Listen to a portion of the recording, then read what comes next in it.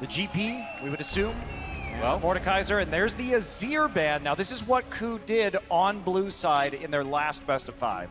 Yeah, KT Rolster versus KOO Tigers picks and bans for game 2. Tom Kench and Darius banned out from KT. Lulu, the second ban from the KOO Tigers. And Mordekaiser on blue side. Interesting.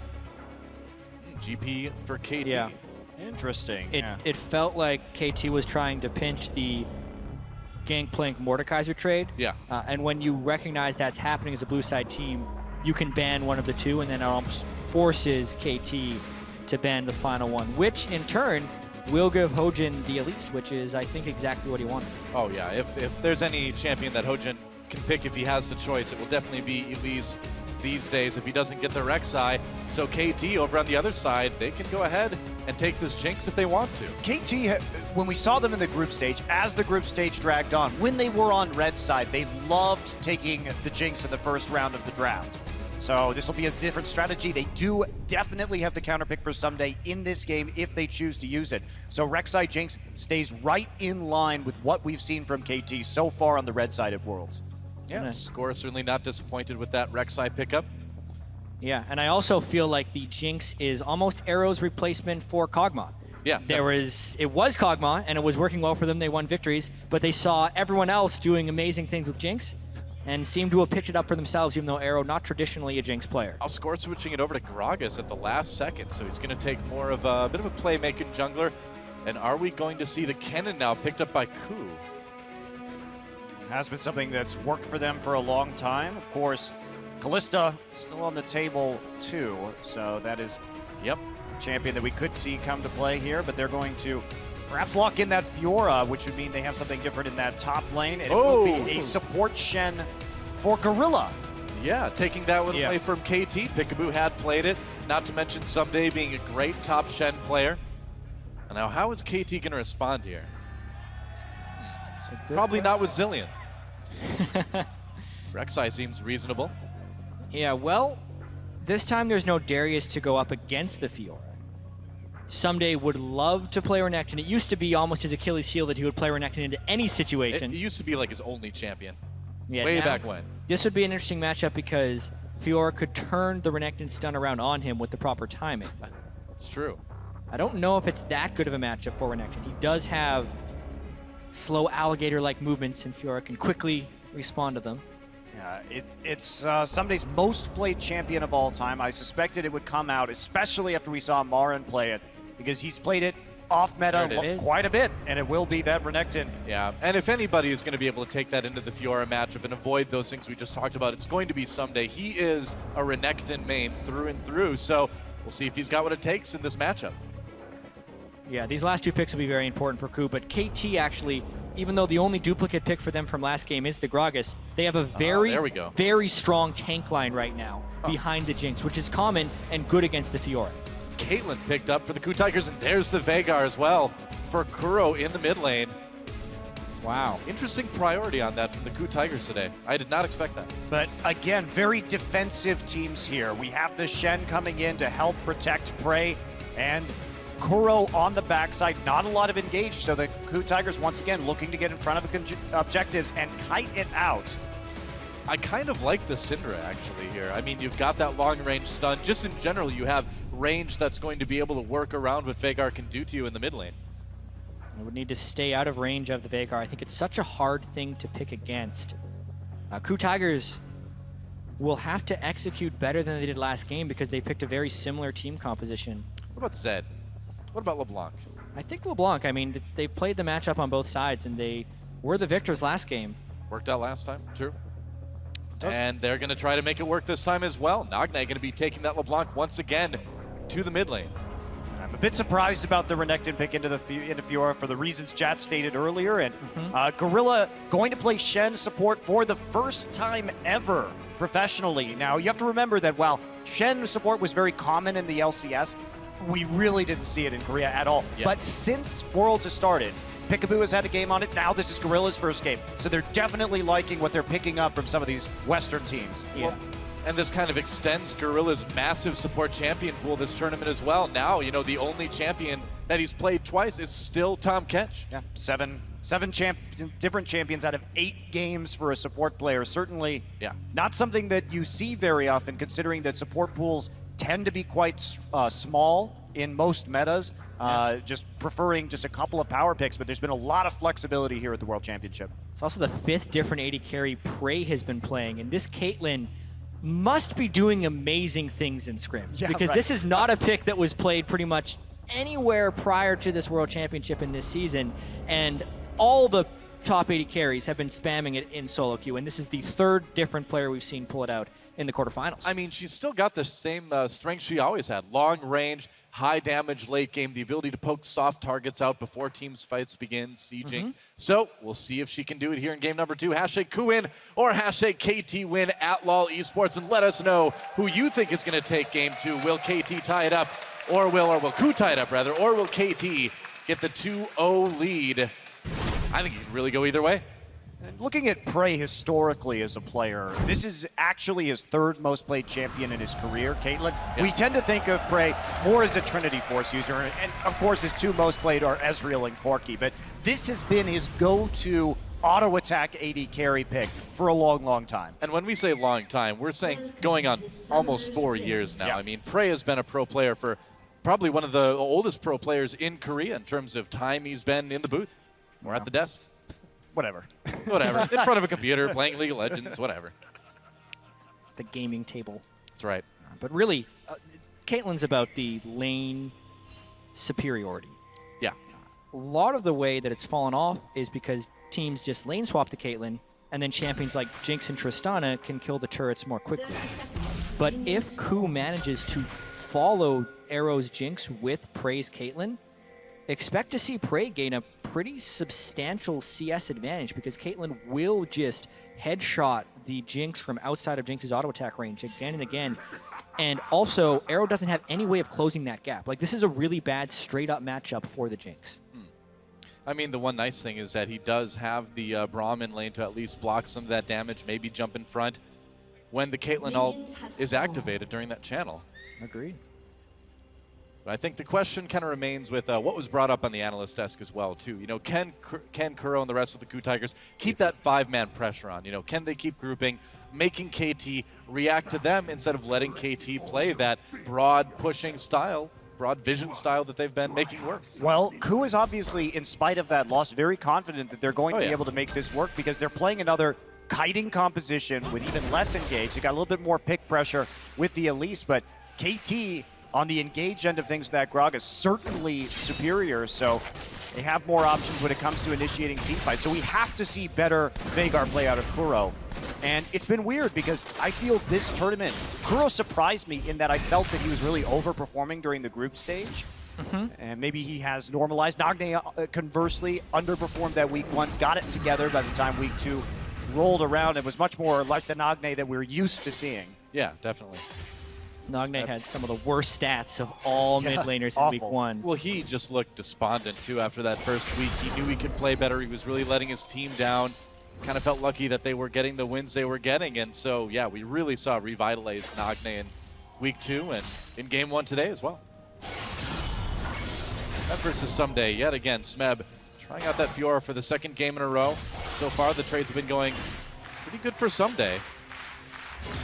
Right. About even so far.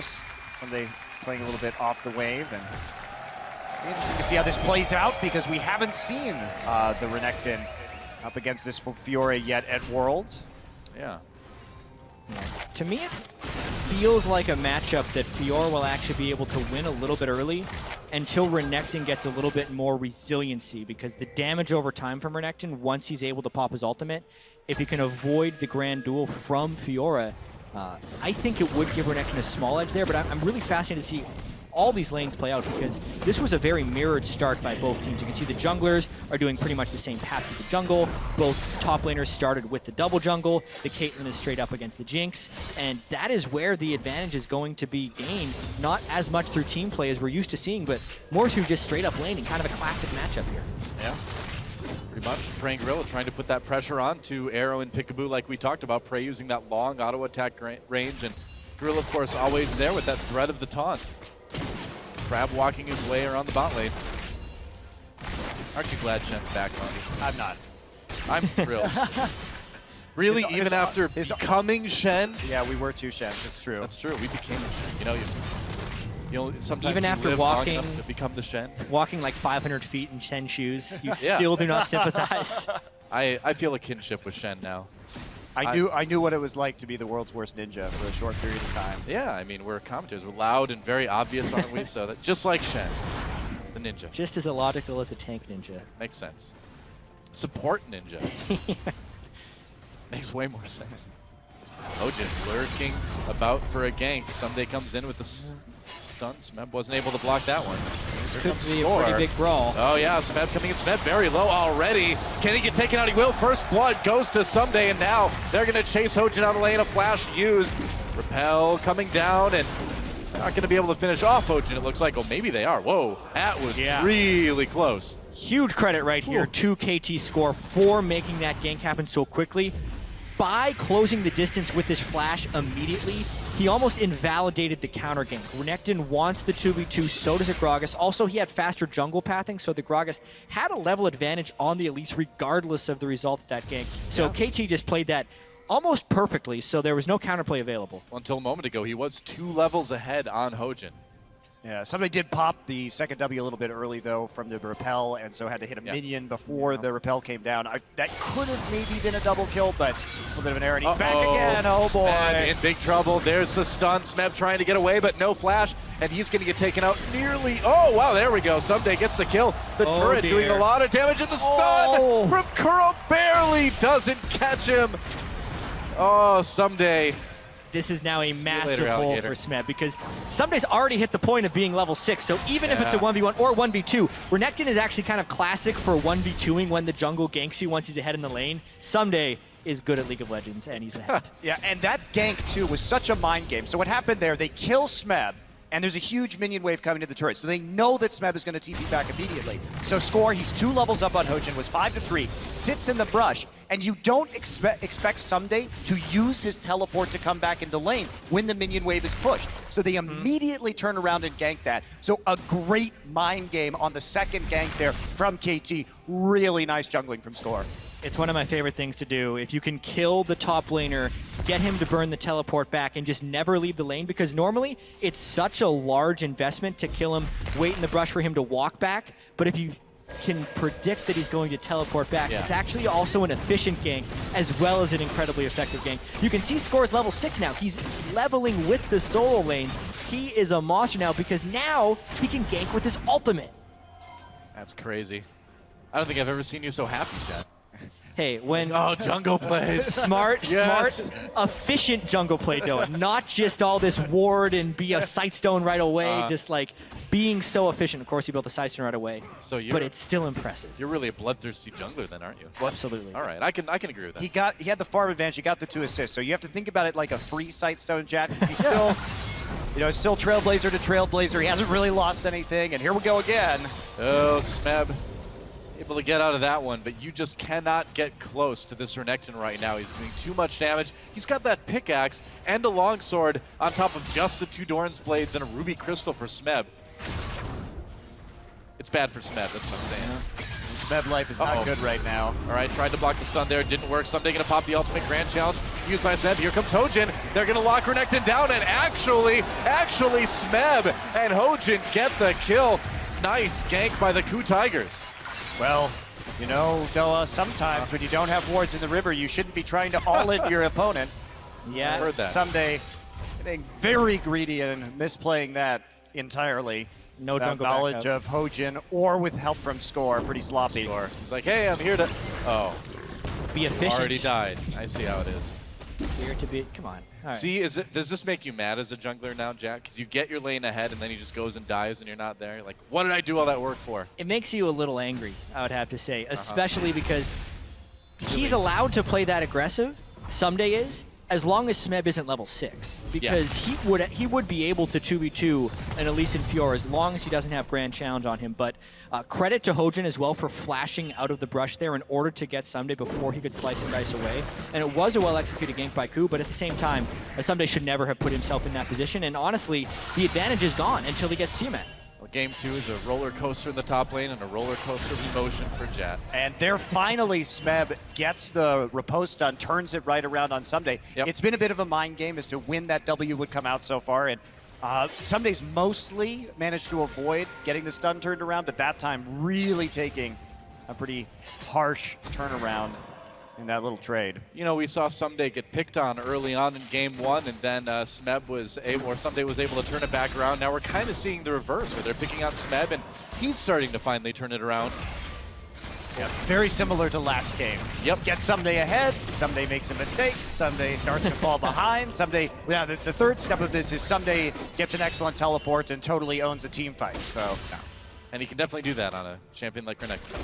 Now he's got Tiamat on Renekton, which is the go-to item, since after you use your W stun, you can then Tiamat, which allows you to get more damage off more quickly, because normally you're frozen in a half-second animation with the stun, but Tiamat can break that.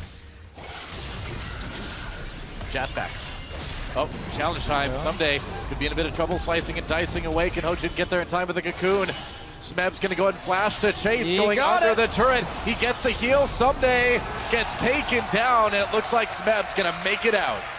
Well, coming in, that was another time where Smeb saw the opening, turned around to stun onto Someday when he tried to come in. Smeb started playing that little interaction poorly, but here we go on the bottom side. Whoa, nice ult from Score. Brave nearly taken down immediately. Peekaboo helps Score pick that one up, and Gorilla has a flash, gets stunned, goes down. There's a kill for Arrow. And that's actually, that's catastrophic, because they did a double teleport cancel there. Yeah. Both KOO and Smeb were channeling the teleports, and neither of them decided to complete. But they were on different minions, and what Arrow did was he managed to trap both teleport locations with Jinx at the same time. So kind of forcing the cancel a little bit right there, but a good gank turns it around. Now Hojin and Nagde mixing it up in the jungle. And we've been really critical of the top lane matchup, Smeb and Someday, but we haven't been able to pay much attention to the bottom lane matchup.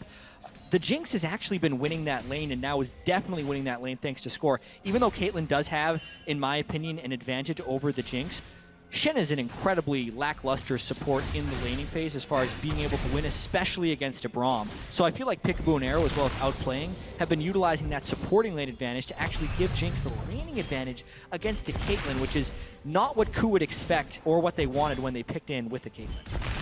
Well, it's been interesting, and at the end of the day, so far, it's a 2,000 gold lead for KT Rolster.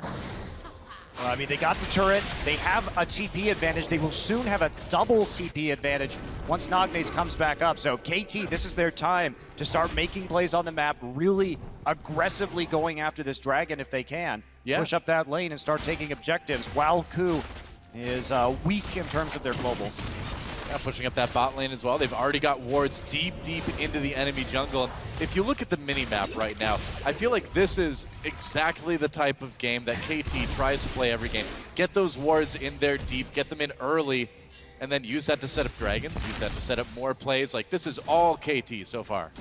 Because right after they killed that turret bottom lane, they got the wards for the dragon. They're always prepping their play. It's the mark of a good team. Very true. And now they have the teleport advantage. So what actually would be likely is a play top lane, because they can still teleport down. They're actually not exposing themselves to a dragon here. Oh, challenge issued to Someday. Teleports coming in for KT, though. Smeb's going to have to give that one up. Teleport canceled by Nagne. There's one down. They couldn't get Smeb to fully commit to that, which was smart of Smeb. Yep. Drop the ultimate, so it looks like he's going in. They force the TP in out. The Score wandering. Score goes into the blue buff, uses his ult, pushes Hojin back towards him, somehow stays alive for the moment, but KOO comes in for the kill. Blue buff got quite the show there. Yeah, they didn't actually have Arrow in the right position to make that invade at the time. If they had waited just a little bit longer, but Arrow's still going to get the turret. So all in all, a preferable trade for KT, but not without a price. Yeah, because we have to remember KT had a numbers advantage up in that lane. Prey was down bottom trying to push the turret, so as long as they grouped appropriately, they would have had the brute force to get the deep wards they so desire. It was actually a very good play by KOO to catch Score while Arrow was up top trying to push down the turret. Yeah, and Hojin has opted to try and get that sheen this game and go into Runeglaive. So there is a ton of single target damage on the KOO Tigers. If you get caught out like that, they can blow you up nearly immediately. Of course, with champions like Caitlyn, that high single target damage, Fiora, and Veigar. The question is, while you're focusing that single target, you know, what are the other two carries going to be doing to you? I mean, they've got Renekton and a LeBlanc in this game, so it's not like other comps that you've seen where it's just about the Jinx damage. KOO has a lot to worry about. Yeah, they do, and Someday really going for a high damage build here, going Phage out of Tiamat. So not going to be very tanky when it comes to dealing with a lot of this burst, looking for that split push. First Dragon of the game, going to go over to KG Rolster. Yep, taking that without any issue at all. There it goes. KOO got the first one in game 1. KT takes it in game 2.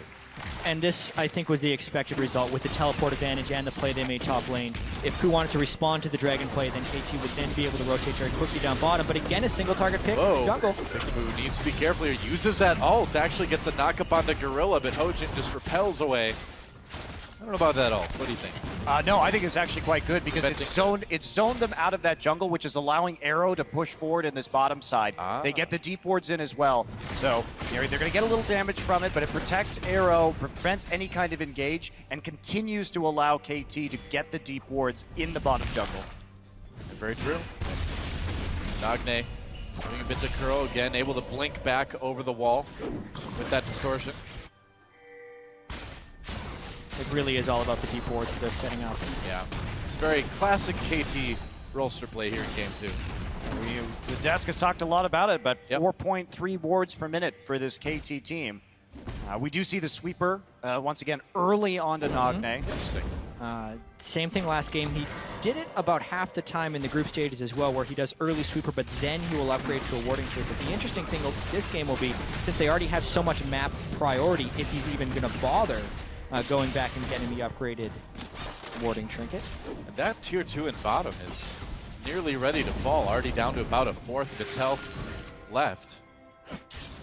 And KT has a lot of time before the next dragon to just simply put pressure on these lanes. And Prey, you know, it's Caitlyn, one of these champions that has a relatively lackluster mid game, really needs 3 to 4 items to be successful, so you have to wait quite a long time to get her relevant. Especially if you get an Avarice Blade. Yeah. I mean, it's no damage here and no damage coming anytime soon, really, for Prey. He's done a good job of keeping up in CS, and Score has been standing in a ward for a real long time now. Yeah, that's good for KOO, that's for sure. Yeah. Well, if they can do anything about it. Off the map. Score is the ultimate ward defender here. Cool guys stand in enemy team's wards. Both junglers are in wards right now. So. I rest my case. The ultimate Korean jungler battle. Here we go. Gorilla tries to flash head for the stun onto Arrow, or the taunt rather, doesn't work out. He's going to use that exhaust. Summoner heal just to give the speed boost for Arrow and Peekaboo to make it out. Yeah, that's pretty massive right there. They burned double TP again for nothing. That's the second time KOO has done that. And you really need to use your double TP to get back in the game in these situations. And this is the situation that we talked about in the about this point last game. Oh, Gorilla, got to be careful there. So last game what happened was we saw the TPs used and we saw the 5-man groups and they were able to force fight and get kills. Now the adaptation here, and what I said is the kind of dark side of that play, is now we see a lot of minions being lost on the top side, mid lane turret goes down. So KT has adapted. Last game, they were taking those fights when the TPs came in, when the groups came in. This time, no. They burned Flash, they burned Rommel just to get, or Exhaust rather, just to get out of that situation. And instead of taking those fights, they say, we're backing off, we're just going to play the map against you. So KT now has a lead at this point in the game, whereas they had a deficit before. So KOO has to come up with something else now. Yeah, I also think the way they achieve that reward is more important. So KT, this time, has the vision generally of the approaching play instead of KOO having the vision of KT. KT has done a good job denying the vision and keeping the deep wards up, which makes it easier to make the appropriate choice, which they have adapted to do well. Well, KT pushed out for the moment anyway. He's going to need a lot more than that. Already 4,000 gold down. That's a massive deficit for them at this point in the game. Well, especially considering that KOO came into this match tonight with an average 5,772 gold lead at the 20-minute mark. That's incredible. So absolutely enormous. Certainly it was helped by the CLG games where they were sometimes up 7, 8, 9,000 gold. They averaged a 9,000 gold lead against CLG at 20 minutes. That is not much of a challenge, is it? Well, KT going for that tier 2. It's nearly dead. Probably get it pretty soon. Smeb making trouble for Peekaboo here. They're going to go in. Very tentative from both sides. Everywhere KT goes, they can match with teleport. So this is exactly how KT wants to play the 15 to 30 minute mark right here. They're farming 3 waves with the protection of their teleports. This entire window, after KOO made the failed double teleport play by both pressing the teleport key at the same time and not getting kills, puts them in a hole for the duration of that 5-minute teleport cooldown. They need to instantly kill someone on KT in order to make a proper play. Otherwise, the teleports will come in and stop the play dead in its tracks. Nice. Speaking of stopping things dead in their tracks, Peekaboo getting in front of that. He's in the hole from Prey. Not bad at all. No red buff here will be taken away and put onto Nagne, actually. Hey, what LeBlanc doesn't want a red buff, right? Let's get some more damage in there. Just weave an auto attack into your combo. If you're taking TP instead of Ignite, you might as well get the red buff, right? It's a baby Ignite. It's true damage. Like Ignite over time. Yeah. See? On auto attacks. And there you go. There was once a time in League of Legends where that applied on spells for like a patch, and they realized Ryze's Q was a little bit too good with red buff. I would say so. I enjoyed playing Annie during that time too. Dragon is up, and we will see if KT can claim it. They've certainly got the map positioning to go back and take that one fairly easily. Someday just pushing up the top lane. Got his teleport. In fact, the TP advantage for KT, and they're going to use it to go after that dragon very safely. Incredibly safe. There is no chance of a steal. Yep. That's right. This wasn't Dragon Funland after all. No. KT 2-0 up in Dragons. And KOO Tigers just kind of scrambling for some semblance of control, anything they can do to just stay alive in this game. Now, I suppose in theory they could still find a miracle team fight, but again, you know, that's not a situation you really want to find yourself in. Yeah, specifically because KT Rolster has a stronger front line and very good catch potential this game as well. Obviously, KOO can get a good event horizon down, and if they can somehow catch Nagne very quickly, especially with Peekaboo being on Braum and not being near a McHale's or having any cleanses on KT, it's kind of on Hojin or Kuro to make that happen, but it's very unlikely with the ward coverage that KT has, and also the way they're splitting the map into 3 different lanes. Yeah. This is pretty much going to script. We talked about it, 15 to 30. KT, #1 in terms of CS during that period. And KOO falling behind in that regard, but having a lot more kills. But KT, they just refuse to fight. They have long games, but they're happy because what happens, this style from KT, yes, it results in longer games, but it's so controlled. Just retreat, keep the map pressure up, slowly deny minion waves to your opponents, take these dragons, get the deep wards in, and just never give your opponent an opening. And when they make those mistakes with those global spells like teleport, just punish them for it. Yeah, very true. And we talked about this coming into the match today as well. KT has a 9-minute longer average game time at Worlds than the KOO Tigers do right now. KOO Tigers have really relied in that group they were in on getting a lead early, snowballing it like crazy, and finishing fast. And against KT, clearly that is not something you can do. Someday, taking some damage from Smeb, though, he's going to have to slice and dice his way out of there, where he gets sliced and diced even more. There's a lot of slicing and dicing going on there. Yeah, Someday's gone for an incredibly aggressive Renekton build and opted against building any armor items, which is a little surprising. Although I do like heavy AD Renekton builds, he actually has some of the most aggressive AD ratios on his spells. So as far as which champions you would want to build AD on, Renekton is one of them. He gets a lot of natural health from his ultimate, especially once he hits level 16 as well. But I want Ninja Tabi or just a Warden's Mail somewhere in that build, because I think as soon as he builds that item, he just wins straight up against Smeb. Oh, KOO pushing right up the mid lane. Can they actually take a turret here? They've got pressure on bottom lane too. Wow, Nagne did get stunned. They take him out. Hojin with a kill there.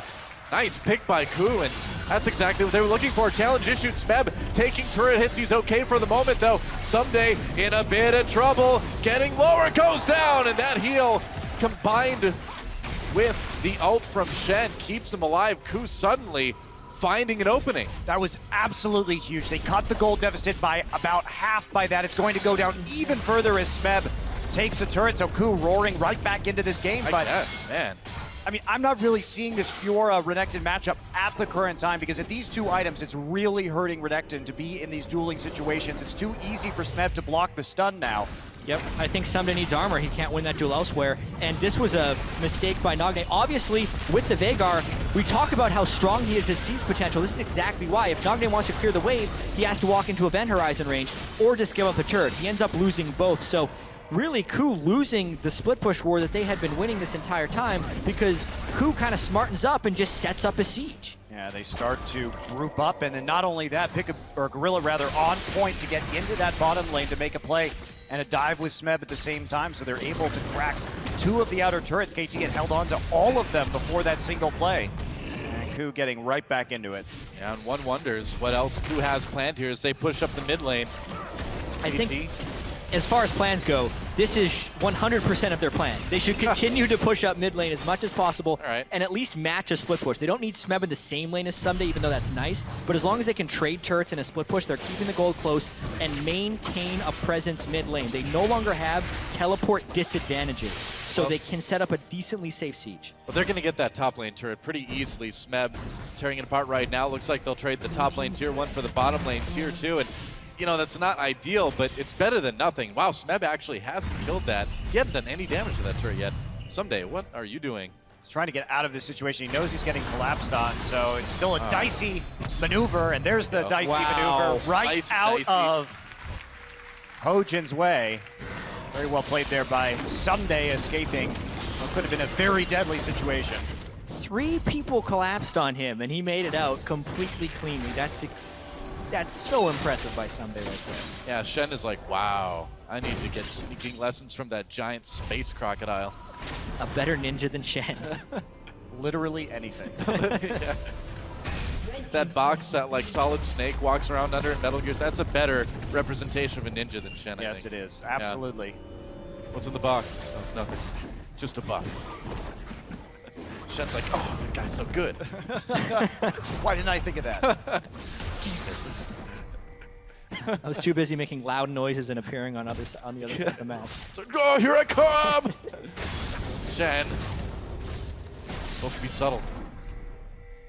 Nothing subtle about KOO's comeback, though. The lane's starting to push a little bit more for KT, but KOO has made it a game. Yeah. The possibility, though, of KT really stacking up these dragons is becoming quite troublesome. Yeah. Nagne's going to take a free bullet.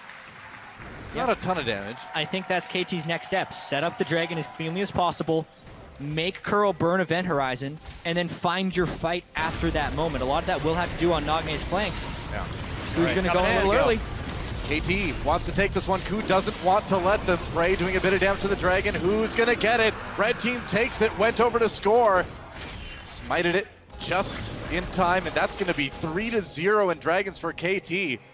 KOO thinking back to game 1 saying, wait, this is our moment. Come on, third dragon, guys. Hojin smited at 970 right there before Score was even comboing abilities, so a really easy smite there for Score to finish. But with Someday trying to split push bottom, it's the setup siege again in the mid lane. Event Horizon equals turret. Yeah. And Someday actually peeled off right there, got cold feet. Of course, it would have been difficult for him on his own to try and take that inhibitor turret. But he did make the move, did push the minion wave, and they ended up. KT doesn't have a lot of tools to safely clear that minion wave as long as the Event Horizon is there. So KOO playing this Veigar significantly better than they did the last time, but the problem remains. 2 dragons for KT, and they'll get it before 40 minutes. That 5th dragon buff is very scary. And KOO, if they don't have the opportunity to get vision first on the dragon, they cannot engage really with their composition. Yeah, that's the big threat, isn't it?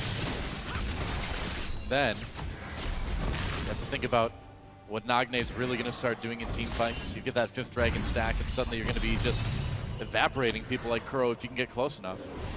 If you can get that flank. But you also have to remember the late game Veigar, once he gets Void Staff, is going to be near 1,000 ability power. Nagne has built pretty heavy magic resist with Mercury Treads and Abyssal Scepter, but we've even seen Nagne's experienced it Veigar is just pressing one button and instantly killing him in the late game. Yeah, and that's when he had Bergtred's Abyssal Scepter and a Rylai's. So even more tankiness than he has right now. Yeah. They're using KOO to push up that bot lane for the moment anyway.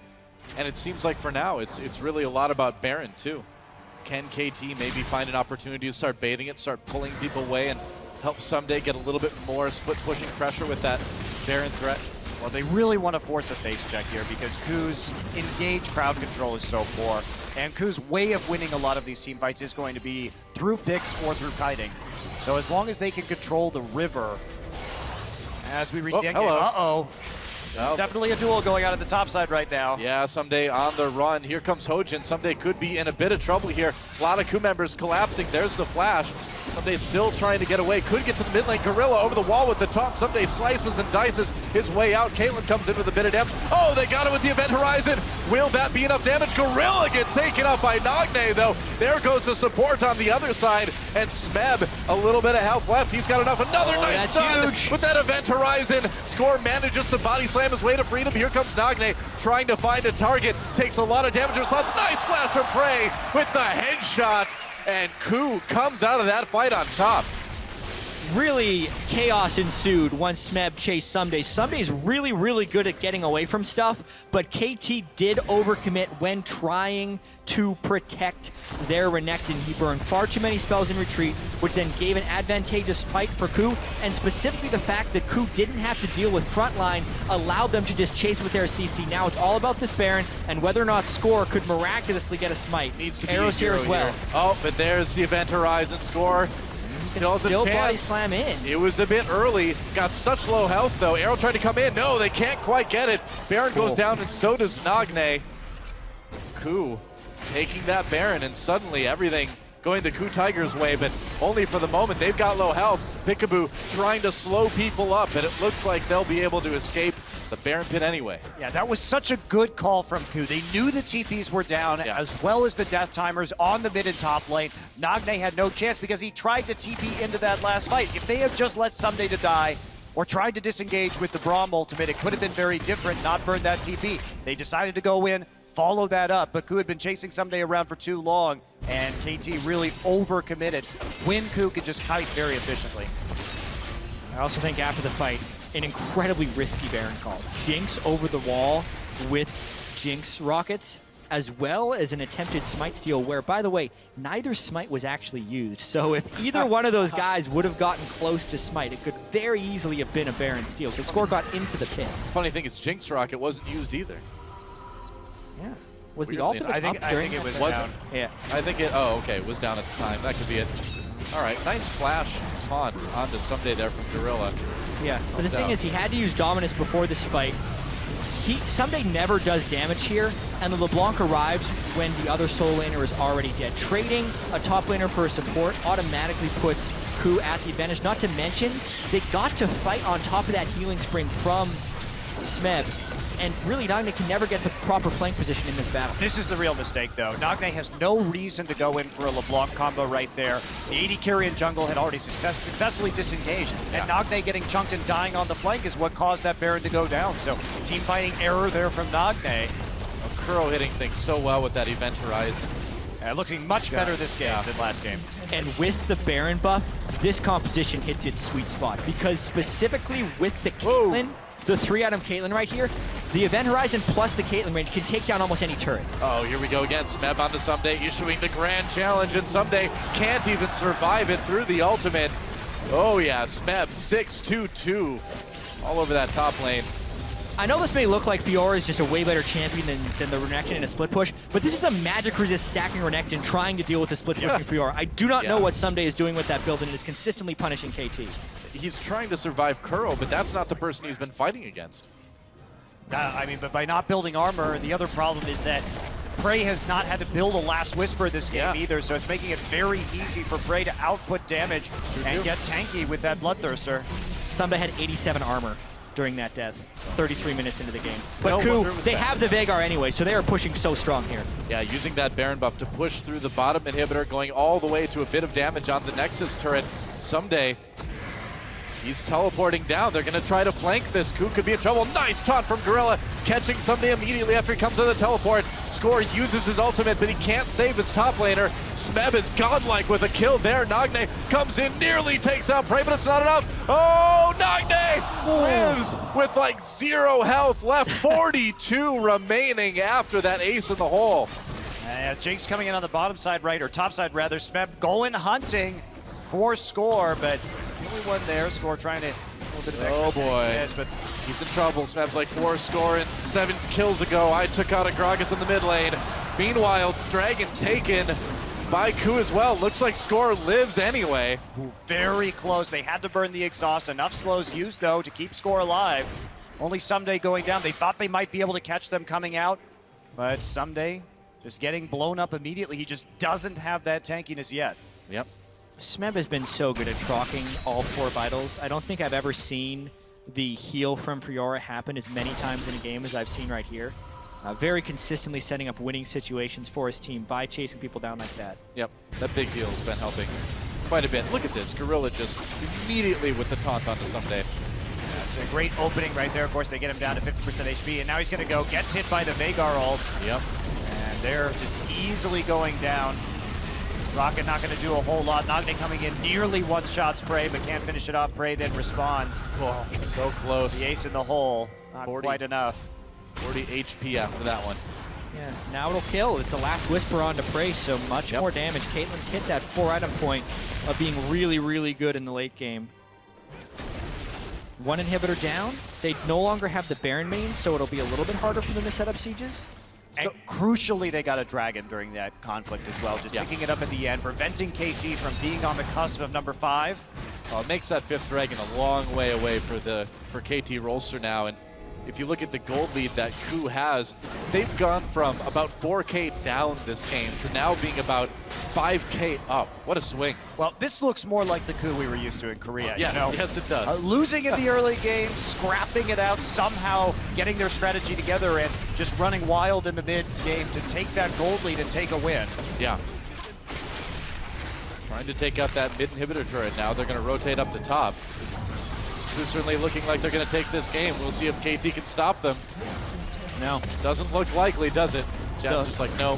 The 4-1 they set up was so good, specifically because Smeb is just ignoring the Renekton, and even if LeBlanc rotates over for a quick burst, he's even been able to save his riposte so he can't get burst by Nagne either. Just KOO really, really pretty with the way they're moving between lanes. That Event Horizon, too. Although I suppose with Santa Veigar, it's more like Present Horizon. It works. Someday, trying to get inside. Yeah. Trying to get some damage down. Event Horizon used just to deny the flank. They'll get that inhibitor before too long. KT should just make a play right now. Yeah, well, they need to do now something. They should make a play. The Event Horizon's down. Yeah. Well, we got excited for nothing. Just go for Oh. it. Just get him. Well, they're going to lose their inhibitor. How about that? Praise, stop moving. Just get him. Just kill the inhibitor. There's plenty of them now. There we go. Taking out Peekaboo takes a big chunk of life loss as well. And KOO Tiger's just going to casually walk away. Yep. I think KT had to pull the trigger there if they wanted to get back into this game at Whoa. all. They're going to lose a Nexus turret Whoops. at the same time as KT has gotten a bunch of people together in the mid lane just to push out the mid wave. Dragon up at 10, or Baron rather. Yeah, 2 inhibitors down with only 1 Nexus turret means the Baron would basically only be a chance at a steal. Probably, and KOO's just going to not waste any time going for this one. KT, they're right there, though. Nagne has his teleport. He could join, and he will. Are they going to be able to get this one? Yeah, KOO gets the Baron, but will they win the fight? Peekaboo takes a bit of damage early on. Gorilla looks a little bit low as well. They're going to take him down. Goodbye, Peekaboo. Nagne over the wall, doing absolutely nothing. KOO just all over KT right now. Nagne has to run ace in the hole, blocked by Arrow. Takes half his health doing it, though. And Smeb is getting closer. KT just barely keeping 3 people alive during that fight, but KOO looking pretty fine. There we go. Teleport coming in. And Kuro, he's got the home guards. Veigar flash go ball. He better rise it. Arrow cleanses through it, though. Makes it out. That is the most terrifying thing I've ever seen.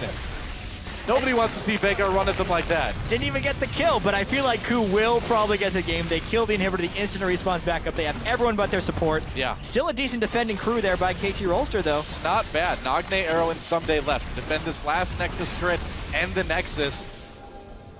Not doing as much damage as you'd expect, I suppose, but it's enough to scare KOO away. You know, why take that chance? Why take that 80% chance to win right now when you can have a 100% chance in a minute or two? Yeah, and they did just burn 2 flashes not to get the kill on the arrow, so there is a little trepidation about trying to finish that game, especially when KT's topped up and score is respawning. I think this makes sense. Definitely the right call for KOO. They still got some time left on that Baron to make the final play. Yeah. Even so, I'm really loving this series so far. KT, So good. back and forth games with KOO the first 2 times here. KOO had an early game advantage with Veigar, and they didn't necessarily correctly avoid the team fights and play around the Dragons properly. This time, KOO actually had to play from behind, but instead did use the Veigar properly. Much better use of Event Horizon from KOO this game. They worked around the vision control of KT and found their moments in a very creative fashion. And it's really good to see 2 good teams go back and forth against each other. Well, we were all wondering too, you know, how close was this really going to be after that last series in Korea about a month or 2 ago? And man, they have not missed a beat as far as how close these teams are to each other skill-wise. I still think we can definitely see a Game 5 in this series. KOO looking like they want to tie things up here in Game 2, though. There goes the last inhibitor turret on the map for KT Rolster. And KOO looking to try to end it. Ace in the hole used, blocked by Peekaboo. But here comes the KOO Tigers. KT, the last defense is right here, right now. KOO's going to wait for 3 waves of Baron and Battle Super Minions. Yeah, why not, man? Get the Winions on board as well, too. Arrow takes a ton of damage from KOO. And there we go, grand challenge issued yet again. Peekaboo the target, Nagne gonna back out of the fight, got exhausted, couldn't really do anything. Double kill comes in for KOO. They're gonna tear apart KT, and KOO Tigers tearing apart the Nexus as well. Game 2 goes to KOO Tigers. This has been a really interesting series so far, and I'm really happy to see KOO play that Veigar much better in this game than in Game 1, because they came back in, played the Veigar again, and if they had lost with it, they would have looked real dumb. But this time, they actually showed that, yes, we know how to use it properly. Last game was just a little bit of an outlier. We can set up these sieges. But KT, they tried to snowball Someday again early, kind of threw away his lead. I think Someday has no one to blame but himself for this game. He started 2-0 thanks to some really nice play by Score, and then ended 2-7. Not only did he play over aggressive, I think he built wrong as well with his itemization. Renekton versus Fiora, they tried to bring it out as a counter pick, and I think he ended up outbuilding himself. Yeah, I mean, in the end, you know, KOO Tigers were able to find those moments that they wanted to in the mid and late game. Play, like you said, very much like the KOO Tigers that we saw in summer season in Korea, and able to come back and crush KT. I really like what we saw from both teams. It was, I felt like it was really a game of cat and mouse. Of course, KT doing a great job of baiting out those TPs and keeping the map pressure, and KOO just trying and trying and trying until they found the picks that they wanted. The fact that KOO actually won this game after they had a large deficit in the early game and then failed on back-to-back double TP usages, normally the game is over at that point because you get snowballed on, but they were resilient enough and they saved up. They didn't fall behind because those TPs were used. It was impressive. Well, that's usually the KOO Tigers that we're used to seeing. Yeah. They are very good at staying in games against top-tier opponents and then able to get the strategy working and make a comeback. Their early game dominance has been weird for me to see at this particular tournament. That's more like it in Game 2, huh? Well, this series is just heating up, but to help us break down that last match, let's send it down to the